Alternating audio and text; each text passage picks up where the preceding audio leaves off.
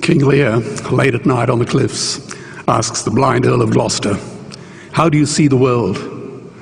And the blind man Gloucester replies, "I see it feelingly. And shouldn't we all?"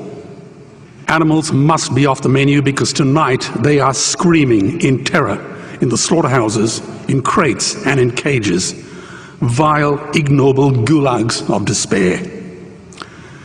You see, I heard the screams of my dying father as his body was ravaged by the cancer that killed him. And I realized I'd heard those screams before. In the slaughterhouse, their eyes stabbed out and their tendons slashed, on the cattle ships to the Middle East, and the dying mother wail as a harpoon explodes in her brain as she calls out to her calf. Their cries were the cries of my father. And I discovered that when we suffer as equals. And in their capacity to suffer, a dog is a pig, is a bear, is a boy. Meat today is the new asbestos, more murderous than tobacco. CO2, methane and nitrous oxide from the livestock industry are killing our oceans with acidic, hypoxic dead zones. 90% of small fish are ground up into pellets to feed to livestock. Vegetarian cows today are the world's largest ocean predators. The oceans are dying in our time. By 2048, all our fisheries will be dead, the lungs and the arteries of the earth. Billions of bouncy little chicks are ground up alive simply because they are male. Only 100 billion people have ever lived. 7 billion people live today. And yet we torture and kill 2 billion sentient living beings every week. 10,000 entire species are wiped out every year because of the actions of one. And we're now facing the 6th mass extinction in cosmological history. If any other organism did this, a biologist would call them a virus. It is a crime against humanity of unimaginable proportions. But happily, the world is changing. 10 years ago, Twitter was a bird sound. www was a stuck keyboard. Cloud was in the sky. 4G was a parking space. Google was a baby's burp. Skype was a typo. And Al-Qaeda was my plumber. Victor Hugo said, "There is nothing more powerful than an idea whose time has come." Well, animal rights today is now the greatest social justice issue since the abolition of slavery. Do you know there are over 600 million vegetarians in this world? And that is bigger than the United States, England, France, Germany, Spain, Italy, Canada, Australia, New Zealand, all put together. If we were one nation, we would be bigger than the 27 nations of the European Union. Can you believe that? And despite this massive demographic footprint, we are still drowned out by the raucous hunt and shoot and killing cartels who believe that violence is the answer when it should not even be a question. Meat kills animals, kills us, and is killing our economies. Medicare has already bankrupted the United States. They will need $8 trillion invested in treasury bills just to pay the interest, and they have precisely zero. They could shut down every school, Army, Navy, Air Force, Homeland Security, Marines, CIA, and FBI, and they still will not have the money to pay their doctor bills. And our Cornell and Harvard say that the optimum amount of meat in a healthy human diet is precisely zero. Water, as you know, is the new oil. Nations will soon be going to war for it. Underground aquifers that took millions of years to fill are now running dry. It takes 50,000 liters of precious drinking water to make 1 kilo of beef. Today, 1 billion people are hungry. 20 million people will die from malnutrition. Cutting meat by only 10% will feed 100 million people, and eliminating meat will end starvation forever.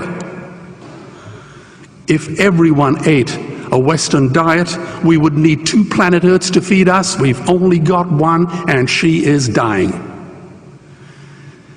Greenhouse gas emissions from livestock is 50% greater than transport, as Peter said. Cars, trains, buses, ships, lorries, the whole lot. And as I travel around the world, I see poor countries who sell their grain to the West while their own children starve in their arms, and the West feeds it to livestock so we can eat a steak? Am I the only one who sees this as a crime? Believe me, every morsel of meat we eat is slapping the tear-stained face of a hungry child. When I look into her eyes, do I remain silent? The earth can produce enough food for everyone's need, but not enough for everyone's greed. We are facing the perfect storm. If any nation had developed weapons that could wreak such havoc on the planet, we would launch a preemptive military strike and bomb it back into the Bronze Age. But it's not a rogue state, it's an industry. The good news is we don't have to bomb it. We can just stop buying it. Sir George Bush was wrong. The axis of evil does not run through Iraq, Iran, or North Korea. It runs through our dining tables. Weapons of mass destruction are our knives and forks. Our proposition is the Swiss Army knife of the future. It solves our environmental, water, human health problems and ends cruelty forever. The Stone Age didn't end because we ran out of stones. This cruel, disgusting industry will end because we run out of excuses. Meat is like the 1 and 2 cent coins. It costs more to make than it's worth. And I come from the bush. Farmers are the ones with the most to gain. Farming won't end, it would boom. Only the product line will change. Farmers would make so much money they won't even bother counting it, and I'd be the first to applaud them. Governments would love us. New industries would emerge and flourish. Health insurance premiums would plummet. Hospital waiting lists would disappear. Hell, we'd be so healthy, we'd have to shoot someone just to start a cemetery. So tonight I have 2 challenges for the opposition. 2 challenges. Meat causes a wide range of cancers and heart disease. Would they name one disease caused by a vegetarian diet? And 2, I'm funding the Earthlings trilogy. If the opposition is so sure of their ground, I challenge them to send a copy of the Earthlings DVD to all their colleagues and all their customers. Go on, I dare you.